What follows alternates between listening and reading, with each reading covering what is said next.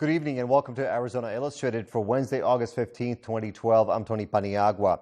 The economy is a major concern for communities around the world, and many leaders are having to take a second look at traditional methods of doing business versus developing and implementing new ideas and programs. Tonight we hear from a couple of experts about the growing influence and responsibility on individual states such as Arizona. Christopher Conover has an interview with a member of the Arizona Commerce Board and the president and CEO of the Arizona Science Foundation. Joining us now in the studio, Fred Duvall, Dr. William Harris. Both of you, thank you so much for coming in. Mr. Duvall, let me start with you. You wrote an op-ed piece in the Republic on August 8th talking about Arizona's economic plan for the future. And you contend, well, we have some pieces in place. It doesn't seem like we have much of a plan. Correct. I had just participated in a national governor's meeting talking about how the states managed the recession, and I was struck by real leadership, regardless of party, in many states thinking they were taking advantage of the downtime to say, where do we want to be moving forward? What are our assets? What's our business plan? What's our strategic plan?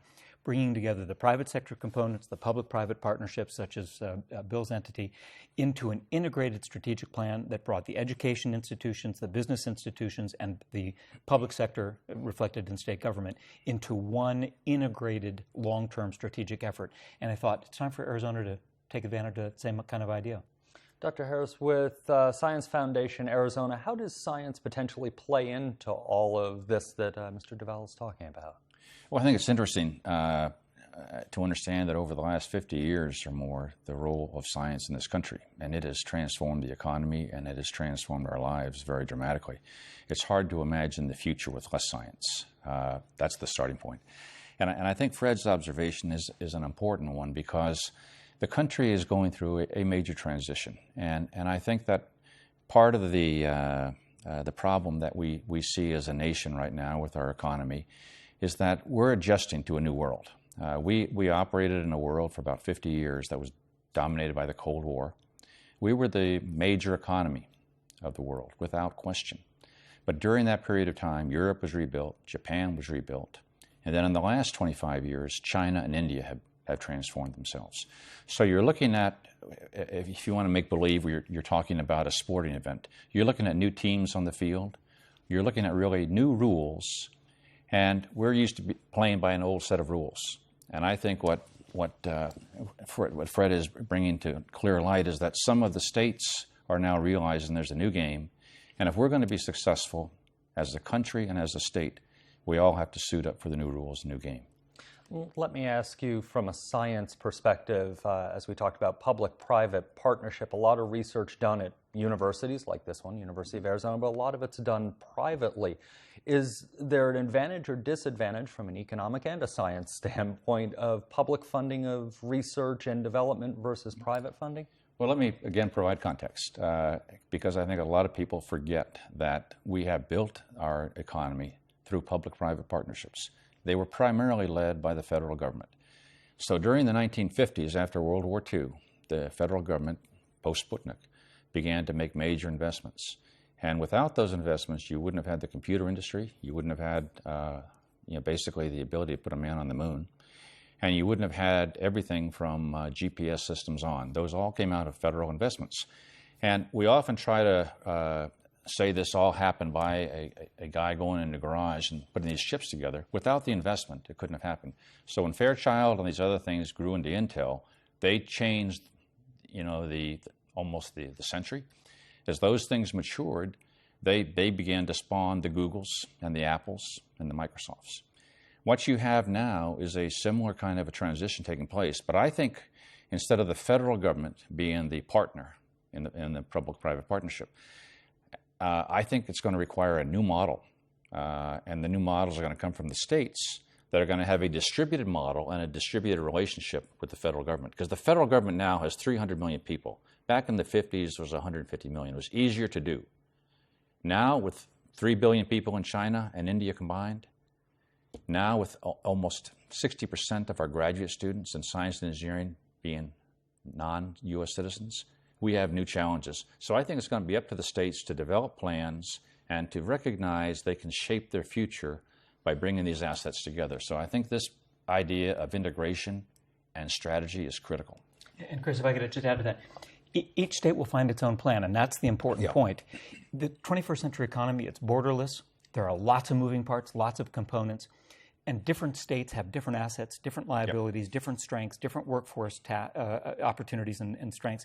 It is figuring out who you are, where you belong in this economy, how you marshal your resources, and how you get on a strategic track, much like a business would, that you own.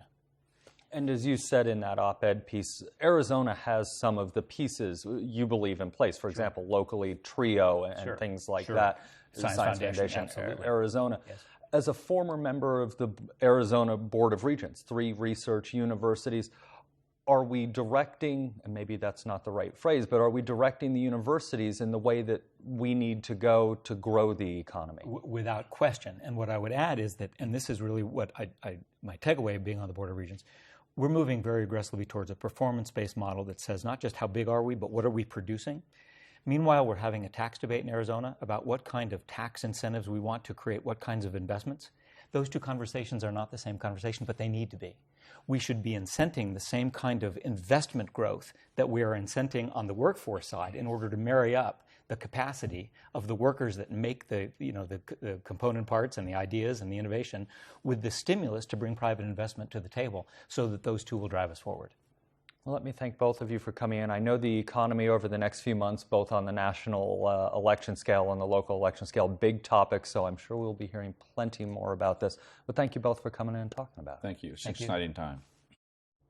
In an age of increasing budget constraints, public education has struggled to keep up with rigorous testing standards. However, the Arizona Department of Education recently announced that a local school district is one of the best in our state. It is getting a grade of A from state officials. Luis Carrion takes us to the Vail School District, southeast of Tucson. If you are not quite getting how to do those in-between circles... Meet Charlie Teller. He's an 8th grader, and in many ways, he's a typical student who happens to enjoy his school. My favorite subject is math, and I like reading, but not language arts. Okay, Charlie may not like all of his classes, but by all accounts, he's a pretty good student, and he's quick to share some of what he's learning in science class. We're going to work on cells and cell division, animal and plant cells, and how chromosomes are an important part in splitting the cell and chromatids, how they split DNA, so like that big long word that no one can pronounce, deoxyribonucleic acid. Charlie goes to Old Vail Middle School, which is part of the #1 district as ranked by the Arizona Department of Education, a ranking that is attained through the Ames test, otherwise known as the Arizona Instrument to Measure Standards. We prepare a lot for the Ames test. We make sure that every student understands the standard every week by taking formatives, which are just 5-question things that make sure you understand the standard that you were taught this week. And you can either pass or fail. Yes, let's give you another example. This one isn't on your worksheet. Everybody look at the square root of 32. My name is Iris Bass. I've been teaching in the Vail School District. This is my 17th year in the Vail School District. I graduated college and came right here. Iris Bass teaches 7th grade math, which includes an advanced class designed to prepare students for high school credit algebra. Are we just about all back? She says she's happy to be a part of the #1 rated school district, but she admits it wasn't always this way at Vail. I think we had struggles many years ago that we saw in math, and we implemented some great kind of curriculum programs. One of the things we implemented was a fluency piece where we had kids working on basic skills in a fluency where they were timed, and then we measured growth. So with your partner, go ahead. The Vail School District currently serves a little over 10,000 students and employs over 1,600 people. Administrators say the district is characterized by rapid growth, and new neighborhoods continue to develop throughout southeast Tucson and other unincorporated areas. Work on some draft goals. Would that be a useful time to do that? My name is Debbie Hedgepath. I'm the assistant superintendent here with Vail, and I've been in the position of assistant superintendent. This is my 7th year, so we've been working towards increasing student achievement, of course, each of those years. Hedgepath, who began her career at Vail as a classroom teacher, has been part of the team leading the push to improve the district's Ames scores.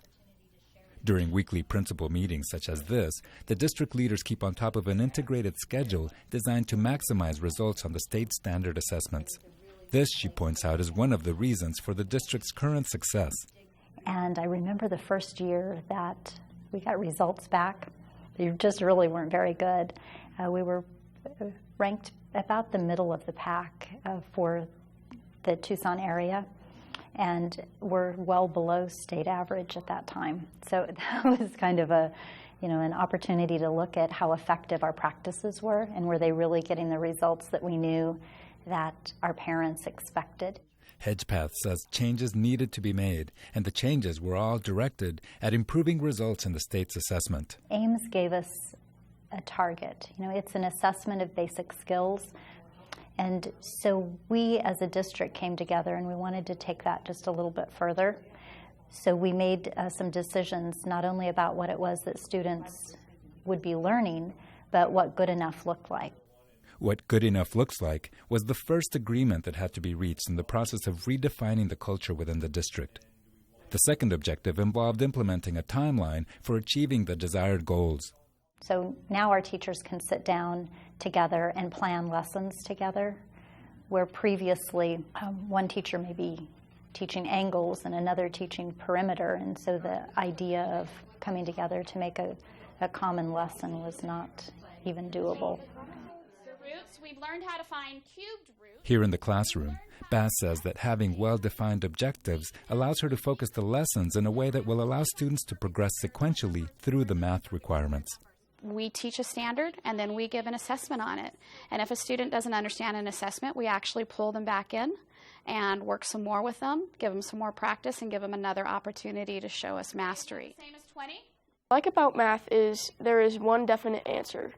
Charlie, whose favorite subject is math, says he likes knowing what's expected of him.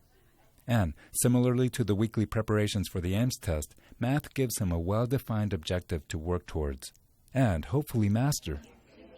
You've got an answer, and there's steps that you can get to it, and those steps, you can't really change them. They are these steps that you get to get an answer, so it's very logical and a very one-way trip to the answer you want. You can find an Arizona Department of Education performance audit of the Vail School District on our website at azpm.org. The economy has taken center stage in this year's presidential election, but border issues remain a major priority for many residents in Arizona, which shares hundreds of miles with Mexico. Tonight, we have an interview with a member of the local Sierra Club in Tucson, which, along with other groups, is concerned about some construction projects and proposed legislation affecting this area. We spoke to him a few days ago.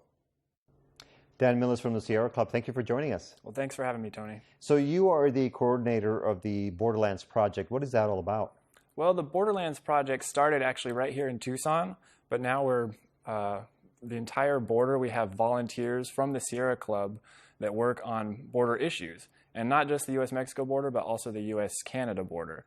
And our main concern is that border policy has not been very environmentally friendly, and we're trying to make it more so. And right now, you're very concerned about some proposed legislation. It's been approved in the House of Representatives. What does that entail? Well, there's a bill called H.R. 1505 that passed in June, the U.S. House. And what it would do is it would waive 16 federal protection laws so that Homeland Security would not have to follow these very important laws like the Wilderness Act, the Endangered Species Act. And that waiver would apply for a huge swath of land. It would be 100 miles wide along the entire U.S.-Mexico and U.S.-Canada borders. So we're talking about an area so big that you and I are sitting in that area right now. And some people might say, but we have to build these barriers, put up the walls, and take part in all of these other construction projects because immigration is a very big concern, illegal immigration. How would you respond to those people who support these projects? Well, I think that I would agree with those people in that we both think that our border policies are broken. But going about it in a way where you just throw everything out the window, throw the baby out with the bathwater, so to speak, is really the wrong way to do it. And something that I'm telling people constantly is, look, the border wall is actually already built. There are 649 miles of walls and barriers that have already been constructed. And so this is not something that is going to happen. This is something that has already happened, and we're seeing the fallout of that right now. And there are some pictures that you sent us about that illustrate some of the concerns. We have one, for example, of construction at Cabeza, Prieta. What do you want to say about this photograph? Well, if you look at this photograph, you can see just a massive amount of equipment right in designated wilderness area. There are new roads that are being plowed through wilderness areas. There are unauthorized roads and vehicle tracks that have gone through wilderness areas, especially Cabeza Prieta. Now, in Cabeza Prieta, they were just building vehicle barriers, which are far more wildlife friendly than some of these border walls.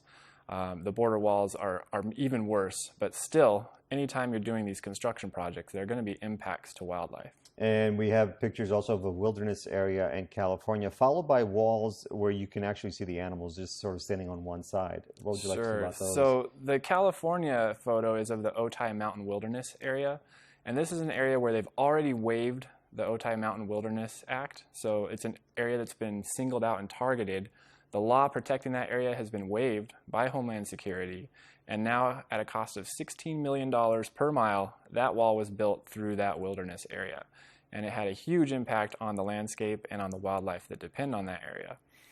Then we see similar walls constructed here in Arizona at the San Pedro Riparian National Conservation Area, and we have photos of deer and javelina being blocked by that infrastructure that has been built here in Arizona as well.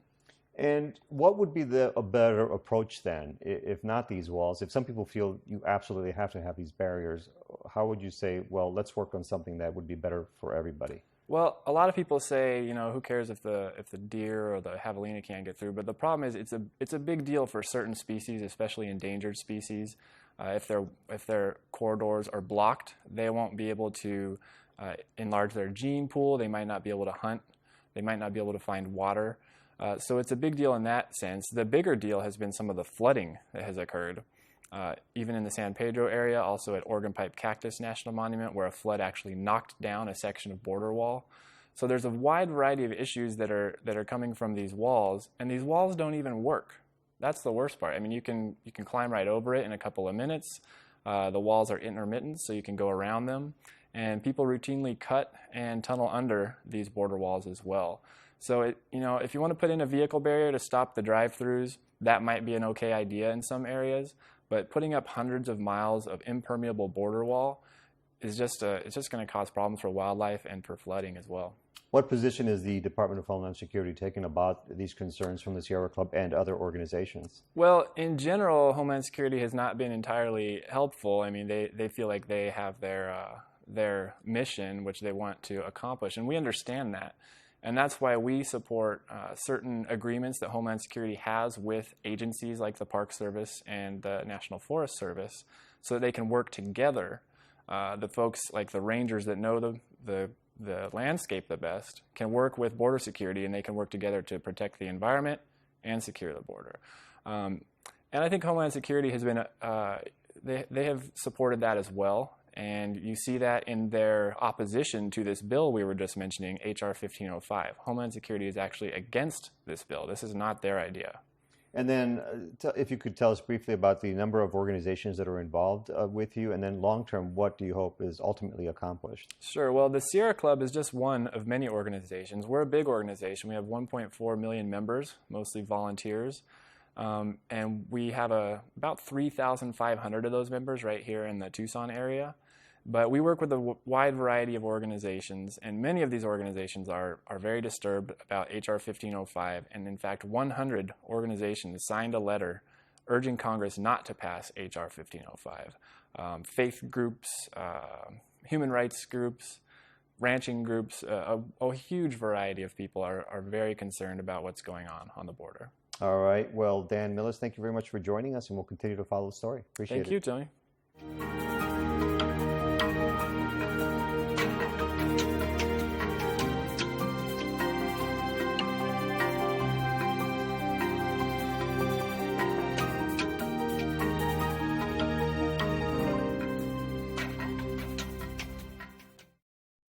Healthcare is another important topic affecting residents in the border region, and tonight we travel west to California for a story about a program in San Diego County.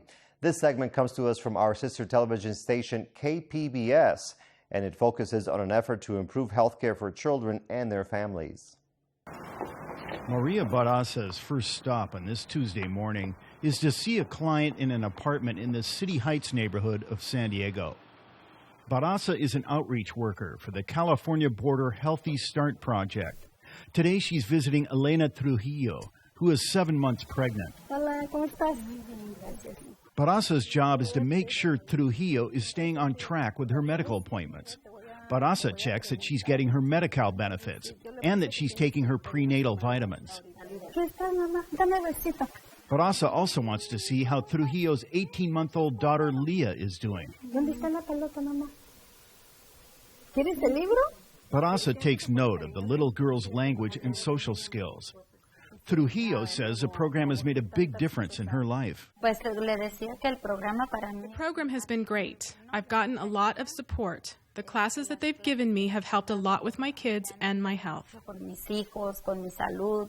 In addition to home visits, the program offers free classes on a variety of topics, including how to prevent childhood obesity. Más que nada, yo he aprendido a hacerles comida saludable.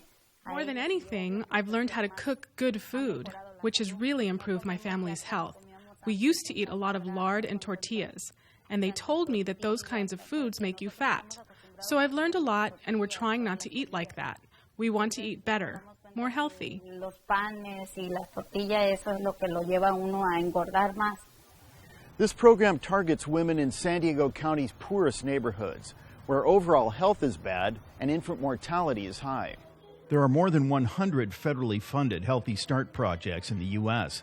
This is the only one that serves California's border region. Program Director Maria Lourdes Reyes explains their clientele are primarily Spanish-speaking.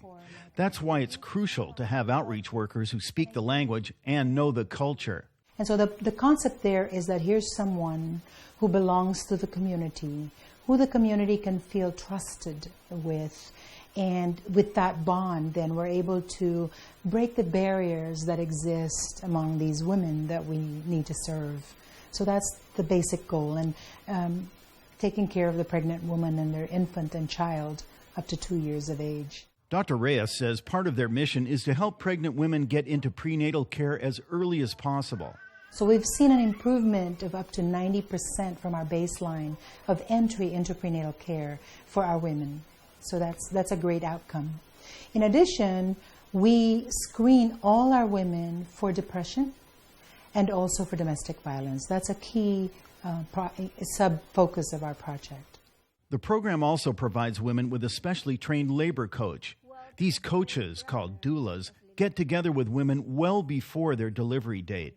With that, we can know what they really want for the delivery. Plus, we educate them, we encourage for breastfeeding, which is very, very important for us, and a natural birth, which is also very important. But it's the contact between the clients and the outreach workers that make up the meat and potatoes of the program. Hola, ¿cómo estás, mamá? ¿Qué haciendo? Maria Barraza is in South San Diego to visit Angelica Foster and her 2-year-old Ariana. Ay, qué bonito. ¿Te vas conmigo? Mira, te voy a enseñar un libro de perritos. After reading with Ariana, Barraza checks to see that her vaccinations are up to date. Barraza says 90% of her clients are undocumented.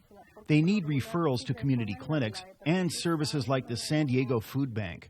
Because they are afraid that, okay, I don't want to go to this agency because if I go, they're going to request for papers or they're going to say, no, you cannot have any services. But there are many services free of charge that they don't know that they can get help with. And for those who say we shouldn't be helping people who are here illegally, Barraza has a quick response. Not just legal people have rights. I would say that we all are human beings. Rather, you have papers I don't have, or it doesn't matter to me. What it matters is that we have to help the community and have a better future for our children. Election season is in full swing, and you may be wondering about the dozens of candidates in different races, but we can help you in this area. In tonight's Political Focus, Christopher Conover has information about our new and expanded website, Your Vote 2012. which has pivotal and useful information. Early ballots are out in Arizona, so voting is underway for this year's primary. Candidates for Pima County Board of Supervisors, Sheriff, the Legislature, Congress, and U.S. Senate, as well as other races, are all vying for your vote this month. So where to get information about all the candidates? Go to azpm.org and click on the Your Vote 2012 banner. Once in our election headquarters, you can read the latest Southern Arizona political news. Also, if you click on the Find Your District area, you can find the candidates. Zoom in on a map to find your house. You can also get district information that way. Click on a candidate name for video bios, website links, and our stories about the races. As the election season continues, our site will continue to grow, so make sure to check back often. And that's this week's Political Focus. In tonight's video postcard, we bring you a blend of technology with a favorite summer treat. An old truck is now running on electricity and using solar panels to house an ice cream operation on wheels. My husband bought the truck. I thought he was buying a truck. It turns out it was just pieces of the 1927 chassis that was all original. So he built it, completely rebuilt the whole thing. The wood body is actually recycled flooring. It's the old McHale flooring. It's the old court, so he built the whole thing, and then we had it converted to electric by a conversion company up just in Cottonwood. We make all natural ice cream using just basically 5 simple ingredients. Everything is fresh. We use local as much as possible ingredients, and we serve it, we're mobile, so we serve it out of our 1927 Ford Model T that's been converted to electric. We have solar panels on the roof that power our freezer, so our ice cream is frozen by the sun.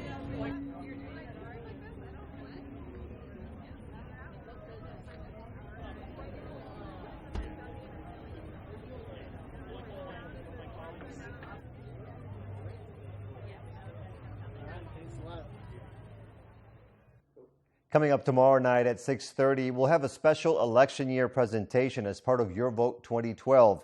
You'll get to meet the 4 Republican candidates who are vying for your vote in the upcoming primary election for the seat in the U.S. Senate to replace retiring Senator John Kyle.